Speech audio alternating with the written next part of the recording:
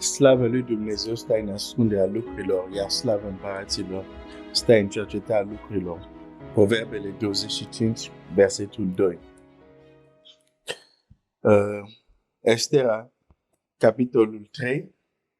Am terminat citirea capitolul 3, dar nu am terminat încă să vorbim despre ce vedem aici. Aman vorbește și Biblia zice logofeții împăratului au fost chemați în a 13-a zi a lunii și au scris. Deci când Aman vorbea, cuvintele lui au produs mișcare. Când el vorbea, ei începeau să scrie. Când au terminat să scriu, la versetul 15, alergători au plecat în grabă mare. Cuvintele lui au pus în mișcare ființe. Asta este celălalt aspect. A ceea ce dă greutate, impact, puterea cuvintele unui om. E partea ascunsă, pentru că e partea care nu o vedem. Dar un om n-are cum să spună unui munte, ridică-te și aruncă-te în mare. Și muntele se ridică și se aruncă în mare, doar din cauza cuvintele lui. Înainte să se miște muntele, cuvintele lui cu siguranță au mișcat alte ființe.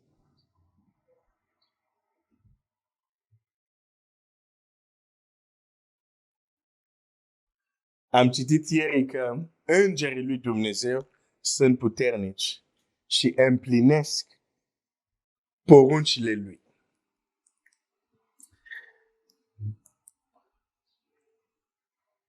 De asemenea, ieri ziceam, pentru unii o să zic că ce-mi trebuie eu să știu despre îngeri. Și răspunsul meu este Dumnezeu nu lucrează în întuneric. Am învățat asta greu și dureros. Ai intenții cele mai bune, ești serios, dar vezi anumite domenii în viața ta unde Dumnezeu nu lucrează. Pentru că El nu lucrează în întuneric. Mai întâi zice să fie lumină și apoi începe să lucreze. Deci, orice domeniu unde suntem ignoranți, avem de pierdut și avem un dezavantaj. Și vorbim despre un lucru care Dumnezeu ne-a dat. Și avem Scriptura care ne descoperă puțin, nu foarte mult. Cred un motiv pentru care nu trebuie să ne interesăm, și chiar o spun acum, nu trebuie să ne interesăm prea mult la cum să zic, la domeniul, la acest domeniu al îngerilor. Nu trebuie să ne interesăm prea mult pentru că ei sunt așa, unii din ei sunt așa puternic și sunt așa deosebit, s-ar putea să avem tendință să cadem în capcana Ioan Botezatorul. Ți amintești în Apocalipsa, la un moment dat, din cauza descoperirii așa de mare, a căzut cu fața la pământ și a vrut să se închine. De fapt, nu că a căzut cu fața la pământ, dar a dorit să se închine îngerului. Și îngerul i-a zis, nu fă asta. Eu sunt un slujitor. Nu fă acest lucru. Da? Închinarea este doar pentru Dumnezeu. Deci cred că de aceea nu trebuie să ne interesăm prea mult. Cred că asta este un motiv. Am fi prea mult, cum să zic, încântat încât la un moment dat zic, nu, o să mă închin că ființa asta sau ființele astea sunt așa de deosebite. De asta nu trebuie să ne interesăm prea mult. Dar nici nu trebuie să fim în întuneric total. Nici extrema asta nu este bună. Și apoi mai este un alt motiv, cred, unde nu trebuie să dorim să ne interesăm prea mult lumea îngerilor, este că Biblia ne spune clar, chiar și Satana se îmbracă în înger de lumină. Da? Unii tocmai au fost sedus că s-au interesat prea mult în ceea ce privește lumea îngerilor și au apărut niște îngeri, dar nu neapărat cei care, să zic, trebuia, ok? Deci scopul meu aici nu este să provoc în tine o curiozitate să afli mai mult despre îngeri. Dar deja ți-am zis de ce nu ar fi o idee bună. Și totuși, unele lucruri care o să împărtășesc cu tine este ca să nu rămânem în întuneric. Unele lucruri ar trebui să le știm. Ar trebui să știm că uneori când stăm în picioare și ne rugăm, deși suntem singuri sau deși suntem cu fratele cu tare sau cu tare, există și alți care sunt cu noi. Ar trebui să fim conștienți de asta. Ar trebui să fim conștienți că uneori când ne rugăm, unele cuvinte care le spunem, noi deși vorbim cu Dumnezeu, dar nu totdeauna Dumnezeu e cel care, cum să zic, aduce la împlinire ceea ce cerem. De multe ori sunt slujitorii lui invizibili care nu le vedem.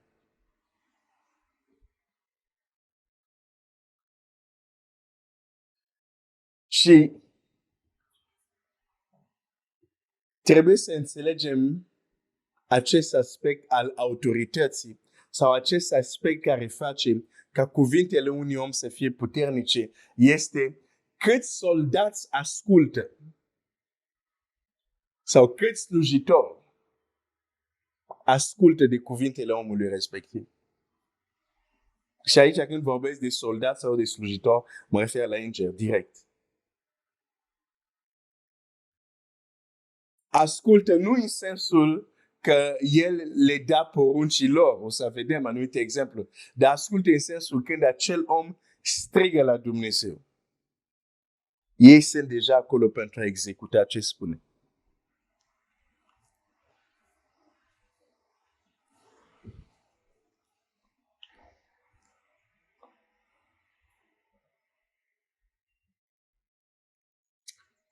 Hai să citesc un text în Matei.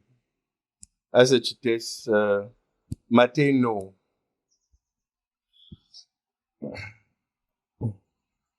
Matei 9 cu 10. Nu putem folosi o putere care nu înțelegem. Nu putem folosi autoritatea dacă nu înțelegem. Și vorbesc acum de un aspect al autorității care de multe ori ne scapă. Faptul că ceea ce dă impact uneori la cuvintele unui om e tocmai pentru că în jurul acestui om sunt deja numiți soldați care sunt gata.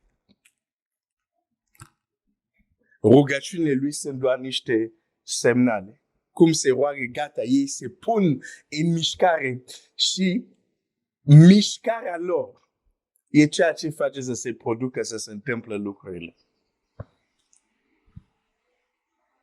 Matei 9 zice așa.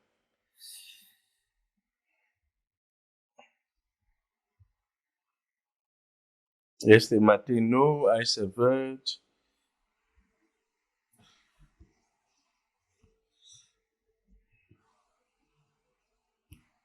Sau este Matei 8, scuze, Matei 8 cu 9.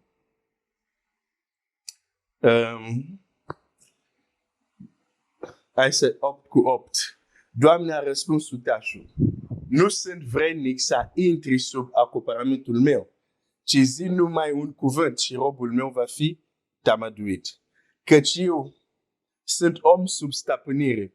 Am sub mine ostași și zic unuia du-te și se duce, altuia vino și vine și robul meu fac cu tare lucru și îl face. Când a auzit Iisus aceste vorbe, s-a mirat și a zis celor ce venea după el, adevărat vă spun că nici în Israel n-am găsit o credință așa mare.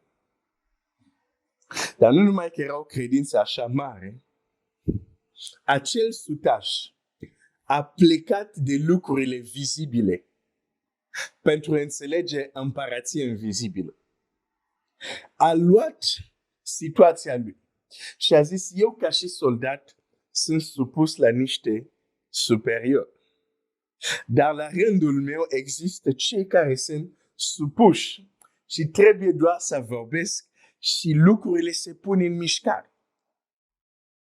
Și atunci când merge la Domnul Iisus zice, dacă eu pot doar prin cuvintele mele să pun lucrurile în mișcare, cu atât mai mult El. Sigur, lucrurile, elementele și mai mult ascultă de omul ăsta. Și zice, Doamne, nu ai nevoie să vii până la mine. Nu sunt vrednic să intri. Dar spune doar un cuvânt. Spune doar un cuvânt. Pentru că El știa, El a înțeles, plecând de ceva vizibil, a înțeles un principiu vizibil. La fel cum eu vorbesc și soldații mei se pun în mișcare. El va vorbi și lucrurile ce trebuie să se pună în mișcare se va pune în mișcare și soldatul sau robul meu va fi tămăduit.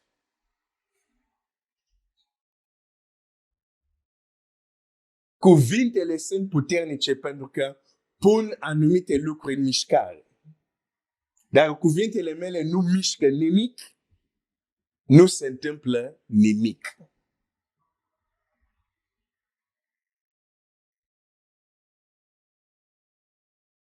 Dar, dacă ne uităm la Scriptură, cealaltă parte, ce-i trimis pentru a executa, Dumnezeu și are motive, e destul de discret. Nu totdeauna ne spune, dar avem texte unde foarte clar ne arată acțiunea lor.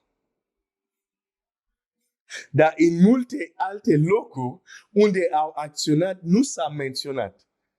Și dacă citim repede, nu să ne dăm seama, uite, aici de fapt a intervenit un înger. Dar nu se menționează că a fost un înger. Ți se spune doar să se întâmplat asta. Nu se menționează înger nicăieri. Dacă citești bine, o să-ți dai seama, așa ceva nu are cum să se întâmple doar așa. A trecut un înger aici.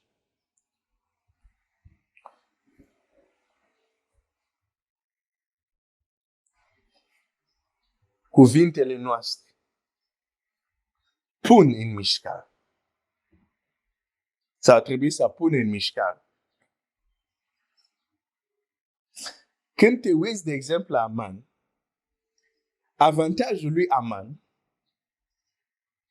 este că vede în mod clar, live, dacă pot să spun așa, indirect, vede cum fiecare cuvânt pune în mișcare, cel puțin logofeții care deja scriau. Deci când el vorbește, vede cum ei scrie. Vede clar cum cuvintele lui pun lucrurile în mișcare. Și acolo cu logofeți este doar începutul mișcării. Apoi vin colegii lui Bolt, iau scrisorile și încep să alergi.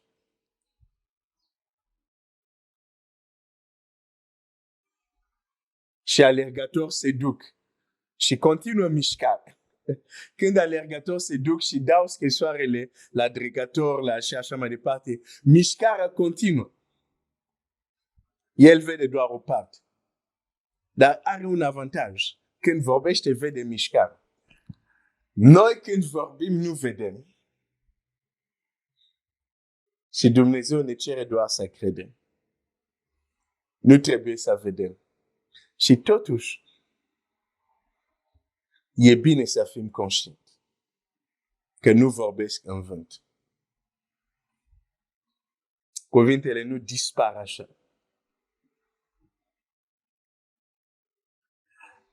Între cel care vorbește și nu știe că cuvintele lui pun în mișcare și cel care vorbește și este conștient că cuvintele lui pun anumite lucruri în mișcare, se roagă total diferit. Au altă abordare.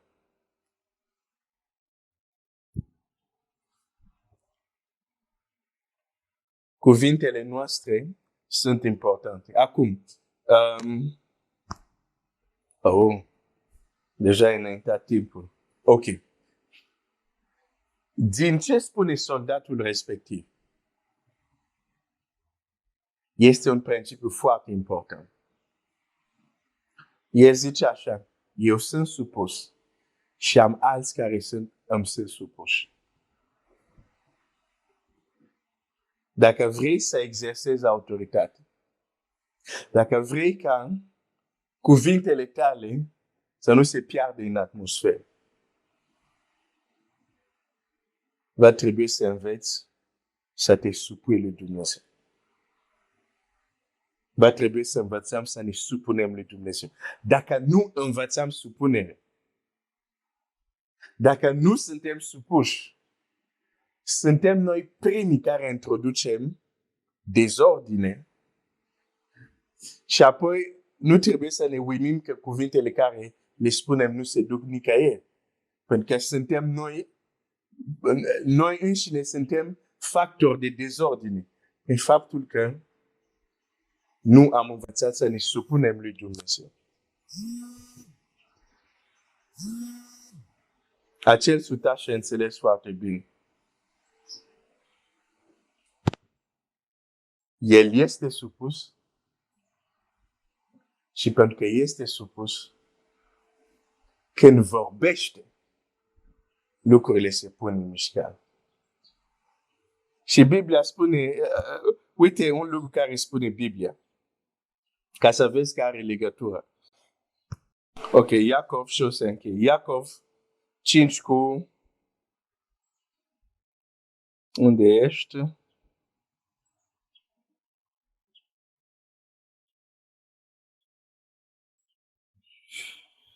Unde ești? Iacov...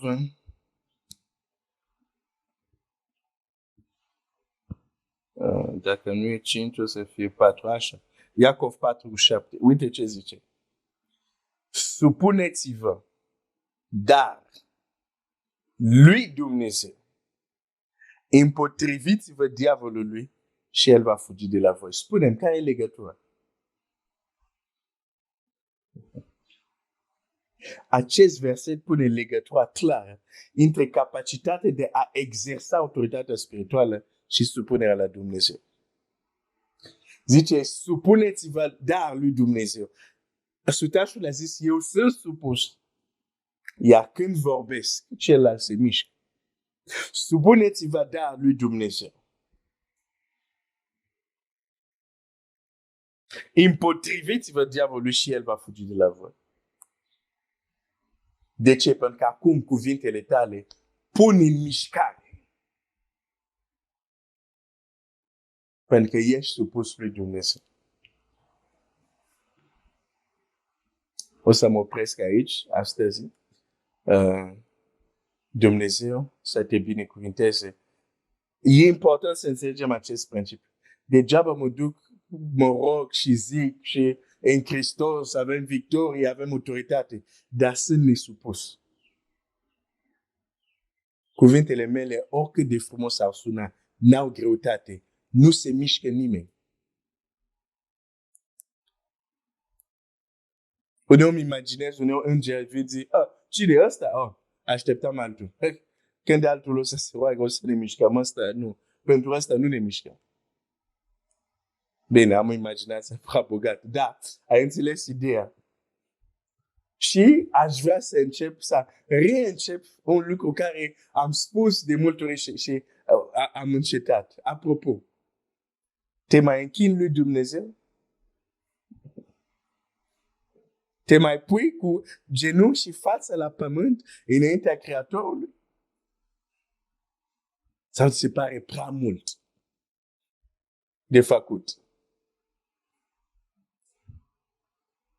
Lipsa de închinare în viața noastră este un fel de nesupunere.